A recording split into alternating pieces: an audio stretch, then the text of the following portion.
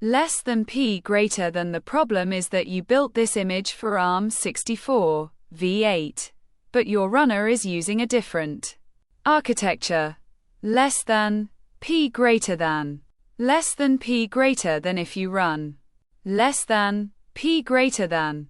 Less than pre greater than. Less than code greater than. Docker image inspect reth Kevin arf v1 less than p code greater than. In my case, pre greater. I was building it using build x less greater than. You will see this in the output. Less than pre greater than. Less than code greater than. Docker build x pre greater than. Less than code greater than. AMD64F architecture and image and less than ARM64 and quad. Pre greater than variant less than p greater than. However, the problem was in AWS Lambda and less than p greater than. There could be many reasons why this error occurs while working with containers. Code greater than less than p greater than less than all greater than. Try building and pushing your image from your GitLab header, such as adding a space in between the image. Less than will match your runner's architecture. Less than greater than using some incompatible character encodings while writing the scripts.